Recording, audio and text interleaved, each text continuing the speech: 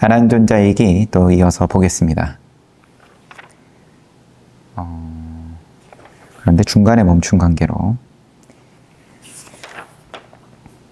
사작가와의 논쟁, 이것도 하나의 커다란 이벤트였죠. 부처님 일대기 나오면은 외도들을 부처님께서 논쟁을 통해서 어떻게 조복을 받으셨는지 가장 대표적인 그런 이야기인 건데, 사작가는 내노라 하는 논쟁에서 제일 가는 이 나체 외도들 가운데서 니간타나타부타의 무리들 가운데에서 논쟁을 잘하는 것으로 유명한 사작가였고, 사작가가 자신만만하면서 부처님께 도전을 한 건데, 부처님께서는 지금 무아에 대해서 가르침을 주시는 중이었습니다. 한참. 뭐 중간에 어디서부터든 간에 하루 쉬었으니까 앞에서부터 다시 보겠습니다. 드디어 부처님과 사작가의 논쟁이 벌어졌다. 많은 이들이 역사에 남을 큰 잔치를 보기 위해서, 큰 이벤트를 보기 위해 올 것을 하신 부처님께서는 미리 넓은 마하나마 숲으로 가셔서 기다리셨다. 사작가는 혼자 온 게 아니라 그의 무리들, 제자들, 릭차이 왕족 500명과 함께 왔다. 그래서 500명은 부처님께 예의를 표하는 자들도 있었고, 전혀 그렇지 않은 자들도 있었고, 중구난방이었고, 사작가가 시작했다. 질문을 시작을 합니다.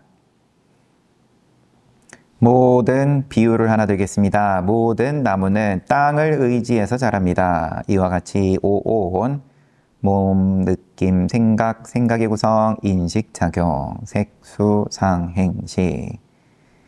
그러면은 이제 몸뚱아리, 느낌, 또 분별, 생각, 그 다음에 의도, 의지, 그리고 식, 인식. 이렇게 5가지 일체의 모양은 다 이 5가지로 분류된다. 여기에 들어가지 않는 모양은 없다. 나누기는 이렇게 썰든 저렇게 썰든 각 시대에 따라서, 문화에 따라서 어찌어찌 나누든 간에, 이게 그럼 이 모양, 일체의 모양이라는 것은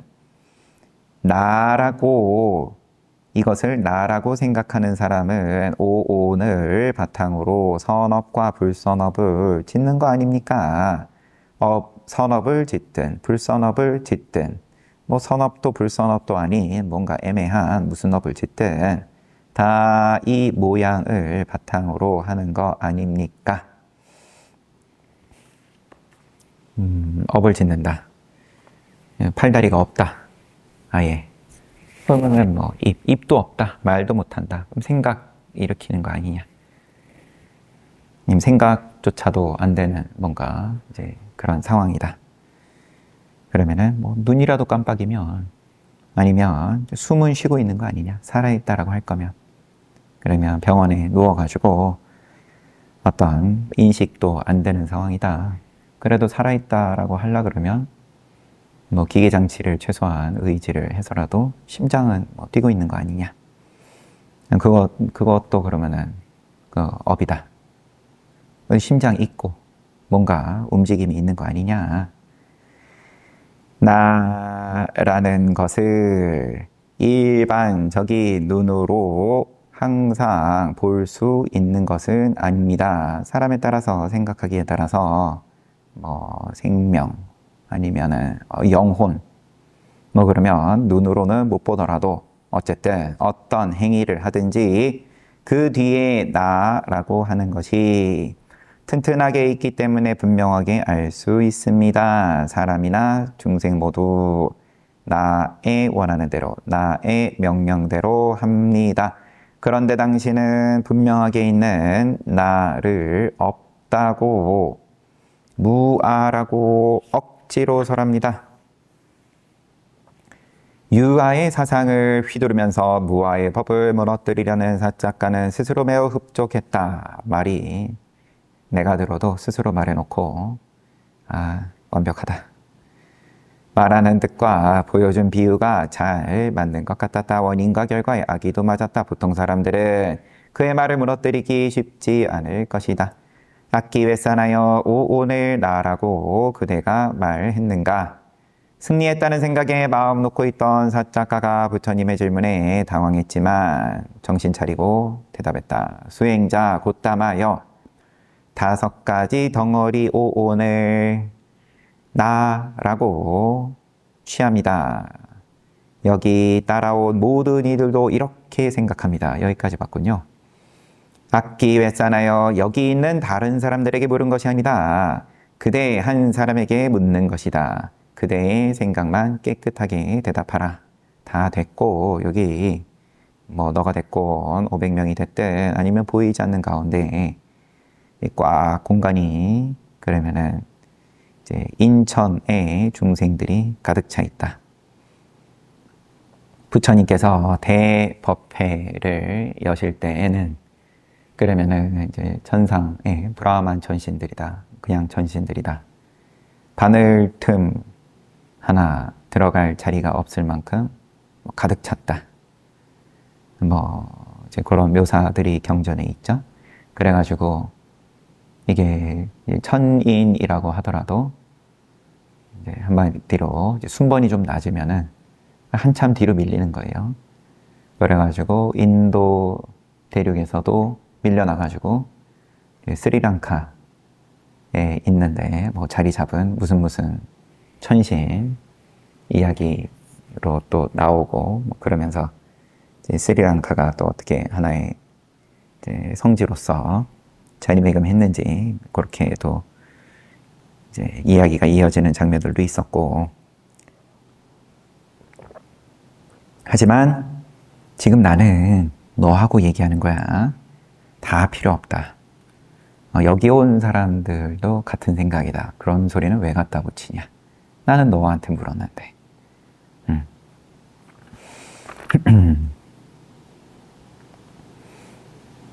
그대의 생각만 깨끗하게 대답하라. 수행자 곧다마시어 오늘 나라고 제가 취합니다. 자신의 생각을 그래도 튼튼하다고 여겼기 때문에 망설이지 않고 대답했다. 그러나 부처님께서는 그가 만족하도록 놓아두지 않으셨다. 악기 왜 싸나요? 이 자리에서 그대에게 다시 물으리라. 이 질문에 좋을 대로 대답하라.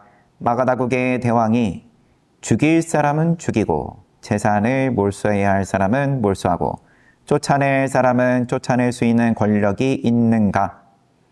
마가다국에서 지금 이 토론이 벌어지고 있는 이 커다란 강대국의 대왕, 그럼 뭐 빈비사라 대왕이 그 사람을 처형을 하든 재산을 뺐든 목숨을 뺐든 아니면 쫓아내든 그런 권력이 있는가?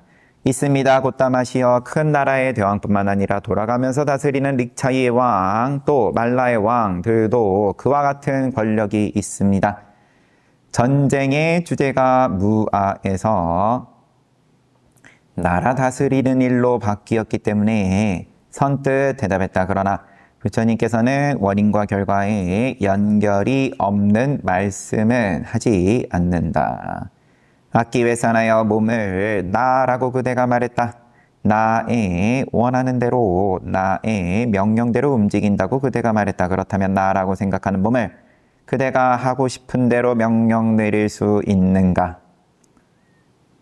오 딱하니여 어떻게 해야 하나?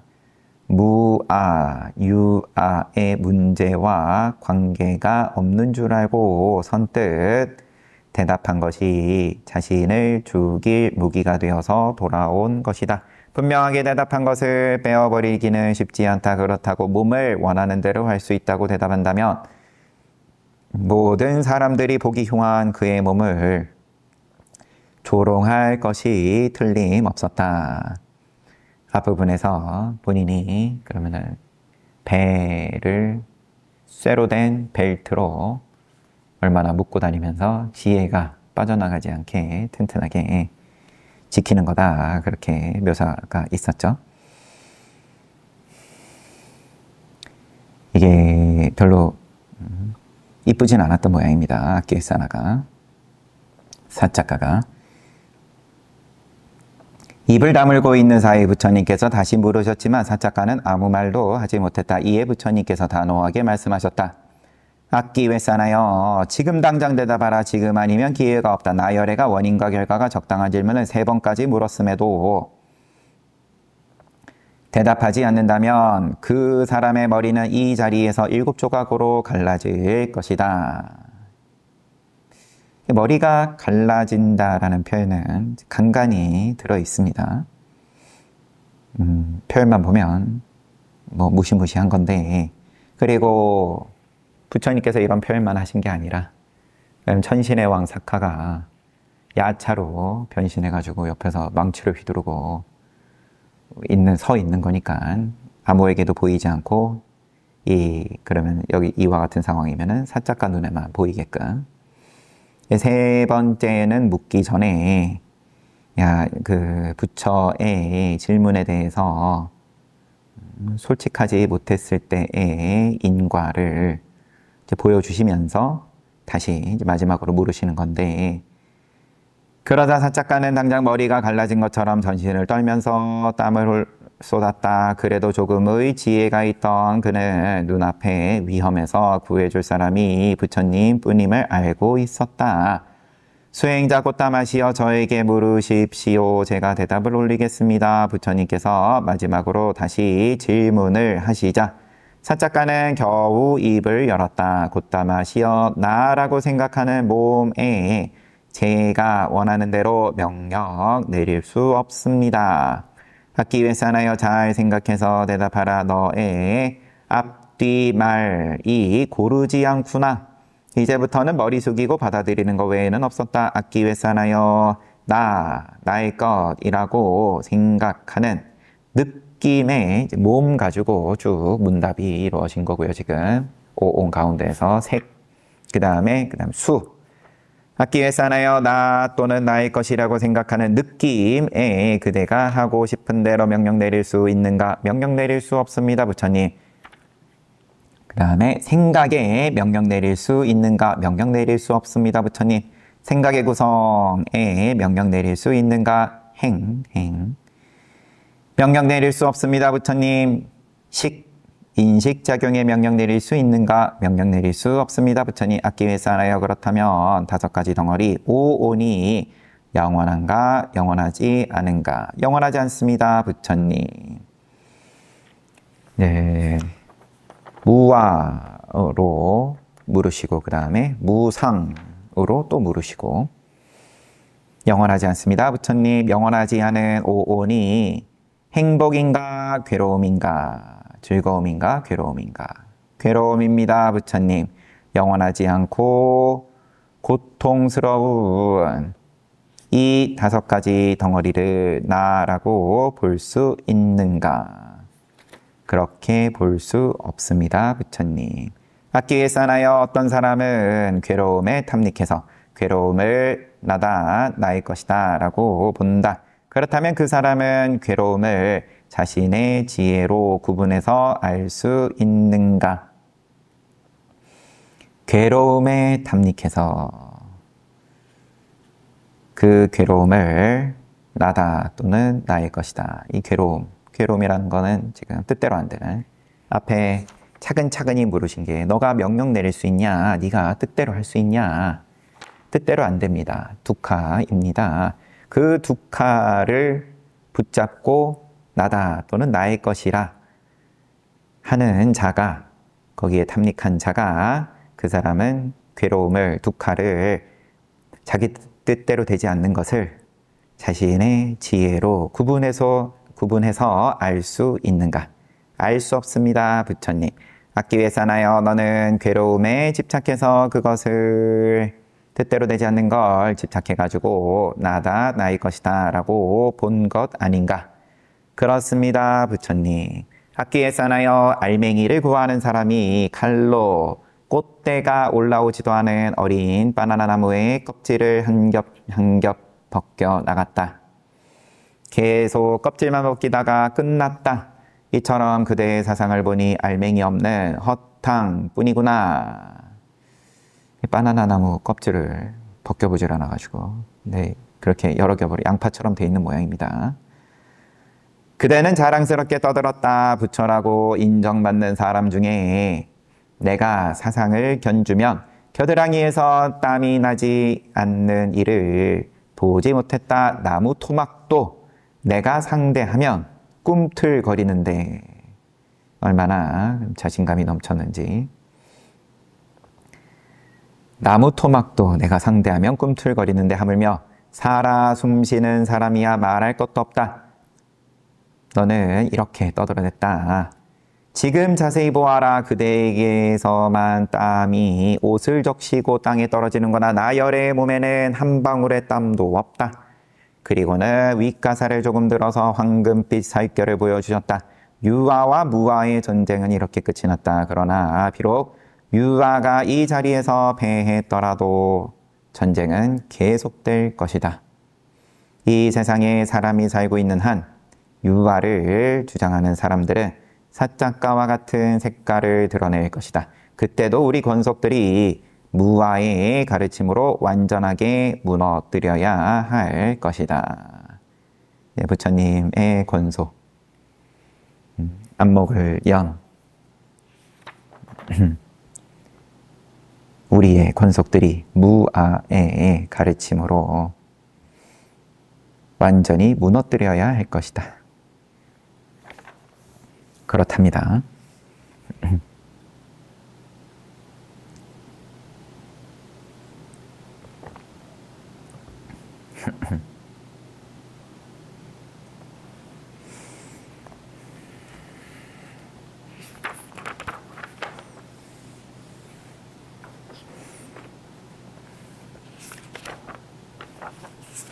쉽죠? 어둠을 가르고 밝음을 가져오다. 각 종파의 견해를 모두 살펴보면 외도들의 견해를, 그러면 사람들이 뭔가 내 말이 맞다라고 주장하는 것들을 모아서 봤을 때 과거에 집착하는 견해가 18종류, 미래에 집착하는 견해가 44종류, 모두 62종류의 견해가 있다. 아무래도 이제 미래에 더 집착을 많이 하는지 18종류가 과거, 44종류가 미래예요. 이것도 역시나 뭐 분류하기 나름이겠지만 부처님께서는 이 견해들을 모두 구분하여 보여주셨다. 어느 종파의 사상도 여기에서 벗어날 수 없었기 때문에 결국은 이제 사람들이 즐겨서 이야기를 하는, 잘 팔리는 이야기는 거기서 거기다, 그런 거죠 결국은.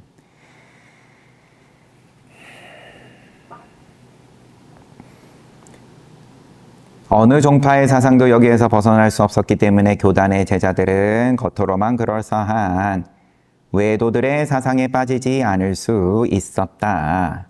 거기서 거기라는 거를 부처님께서 잘 정리해서 보여주셨다. 포장지는 늘 그때그때 잘 팔리는 걸로, 유행하는 걸로 바꿔가면서 포장이 되어 있지만 까보면은 그 내용은 또 예전에 늘 써먹던 그거였고, 이익이 큰 이 가르침이 있을 수 있도록 해준 이들은 바로 숫비야와 그의 무리들이었다.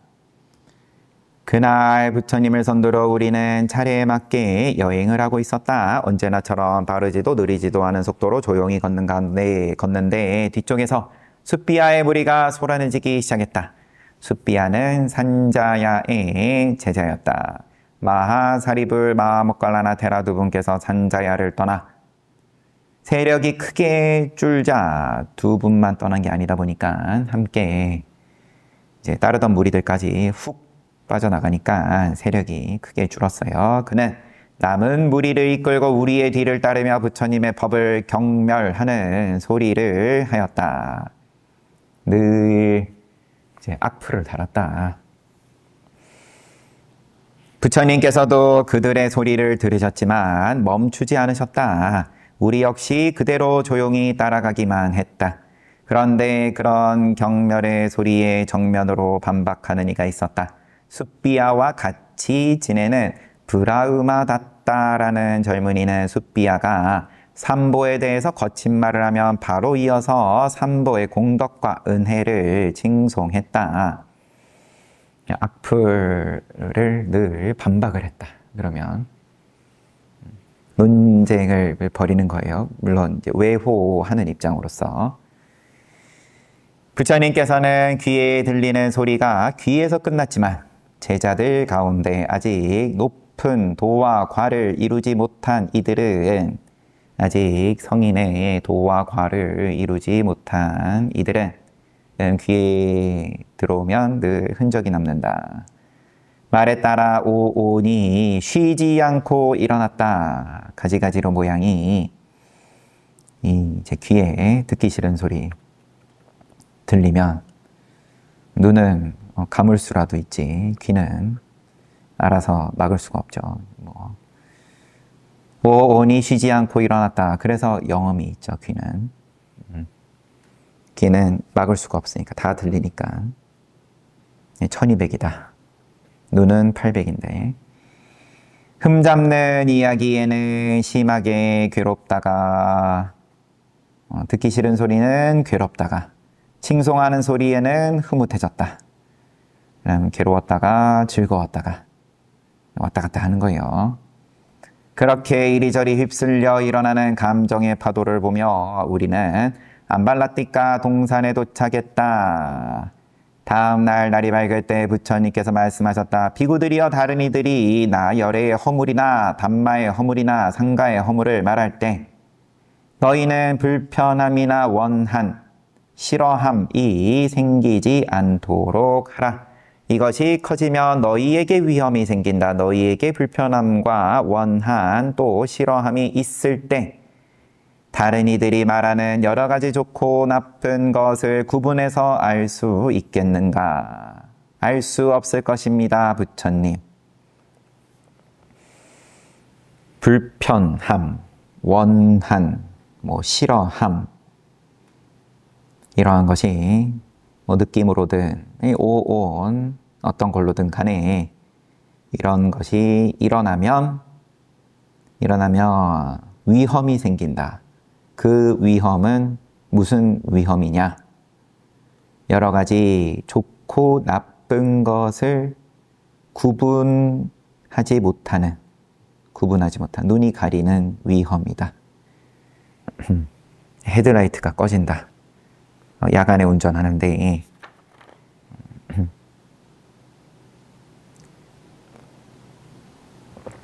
그러므로 너희는 허물을 말하는 것에 다른 사람이 허물을 말하는 것에 불편해하지 말고 사실이 아닌 것을 사실대로 알도록 자세하고 분명하게 말해야 한다.